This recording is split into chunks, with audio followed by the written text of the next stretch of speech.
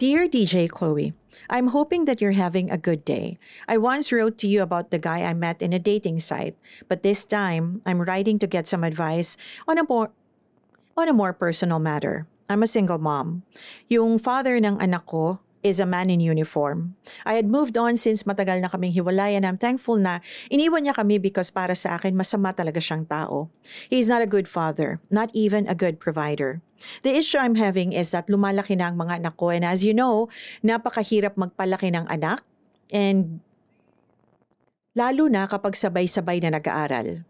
He is giving some amount but it's not even enough to pay for school service.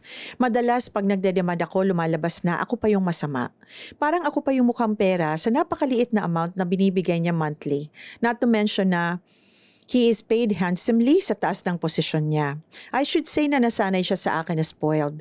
I'm at the edge of filing a case so I can demand for what's due and reasonable for my children. Kaya lang I'm worried about the relationship I had with them, his relatives. I'm worried na baka lalo niyang baliwalay ng mga anak ko.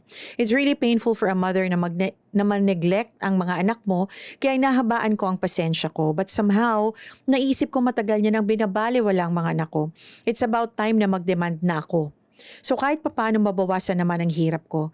Tama ba na tanggalin ko na lahat ng communication sa kanila ng family niya at mga bata? To be honest, pakiramdam ko para kong ipinagmamakaawa ng atensyon ng mga anak ko sa kanilang lahat. I feel sorry for my children, really, especially for my youngest. Please give me some advice and thank you. Letter sender, Lily. Alam mo, Lily, napaka-common naman ng ganitong mga sitwasyon. Hindi ka naman dito nag-iisa. In fact, napakaraming mga babae na mas pinili na lang nilang solohin ang obligasyon nila sa mga anak nila kesa humingi talaga sa tatay kasi mahirap humingi lalong-lalo na kung ayaw magbigay. Okay? Bilang mga magulang, tayo naman dapat alam naman natin kung ano obligasyon natin sa mga anak natin, lalong-lalo na kapag hiwalay naman kayo, 'di ba? And uso na ang co-parenting ngayon, 'di ba? Pero marami talaga, hindi lang naman mga lalaki, may mga babae din na nakakaya nila na hindi talaga magbigay ng suporta. Objective lang tayo, no? Huwag na tayong maging masyadong emosyonal. Kailangan magsuporta ng tatay. Kailangan mo siyang obligahin. Napakaganda nga kasi he's a man in uniform. Pwede kang lumapit sa saan ba? Sa gobyerno or sa sangay na or agency na makakatulong sa'yo para makakuha ka ng suporta para sa mga anak mo. Kasi napakadaling habulin. Alam mo kung saan nag-uopisina. Alam mo kung anong posisyon. In a way, alam mo kung magkano ang kinikita.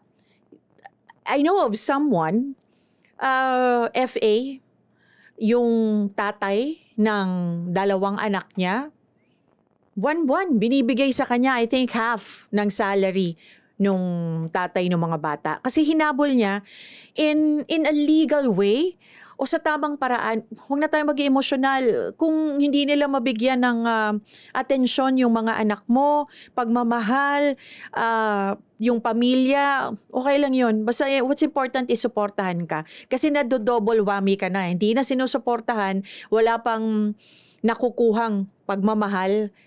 Hindi mo mapipilit kasi yun Lalong-lalo na hiwalay na kayo. Pero yung pagsusuporta ng legal, ay pwedeng-pwede mong magawa. Lumapit ka sa whoever na if he holds a position, I don't know, sa military ba or whatever, o di lumapit ka sa mas nakakataas.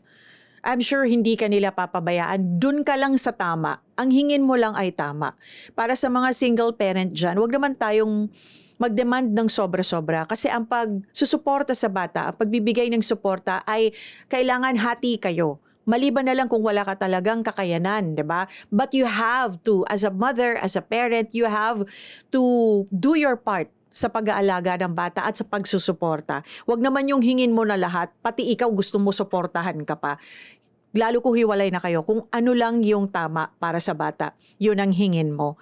Mabigyan ka man, o di salamat, makuha mo yung hinihingi mo. Kung hindi, well, that only means that you have to do it yourself, all by yourself. Kaya, para sa mga gustong magkaanak at gustong magkaroon ng pamilya, isipin niyo po, okay, hindi porke nagpakasal kayo, tuloy-tuloy ang pagbubuo ng magandang pamilya, kailangan ng iba yung pagsasakripisyo because in the long run, you might do it alone, all by yourself. And hindi man sa pamamaraan ng paghihiwalay, kundi, I don't know, namatay yung asawa mo. O, 'di ba? So, kailangan ikaw mismo, as a mother, meron ka ring means. Napakaganda, napaka-ideal nung ikaw yung nag-aalaga, nagtatrabaho lang yung lalaki, pero sa panahon ngayon, hindi na eh. Kailangan you also have your own means kung paano ka magkakapera. Because a little money to your name is always for your protection. Ganun lang naman yon. So, pag-isipang mabuti. Again, maging objective ka lang. Ilapit mo, Lily, sa kung sino ang makakatulong ba talaga sa'yo. Do not go around ranting about this. I mean, thank you for thinking of me as someone na makakatulong sa'yo. But, ito na nga yung sinasabi ko sa'yo. Gawin mo siya ng legal, ng tama. Pumunta ka sa kinauukulan, sa opisina nila at doon ka humingi ng tulong. And I'm sure may makakatulong sa'yo doon. Kailangan mo siyang maobliga. Alright? And ikaw naman, God bless you. Sana ay mapalaki mo ng maayos ang mga anak mo and at the same time ay mahanap mo rin ang anumang makakapagpasaya sa'yo, trabaho man ito para ikaw ay magkaroon ng sarili mong kabuhayan. Hindi lang tayo sasaya sa relasyon, okay? I'm not saying this, mahanap mo ang makakapagpasaya sa'yo. It could be a job or a business na pwede mong gawin para ikaw ay makapagbigay ng magandang kinabukasan sa mga anak mo. Thank you so much, Lily, for your letter. So that's about it for today's Chloe's Inbox. Hey, thanks for watching! For more exclusive videos and artist interviews, you can check out our videos by clicking here. And don't forget to follow us on our social media accounts too. Links are in the description below.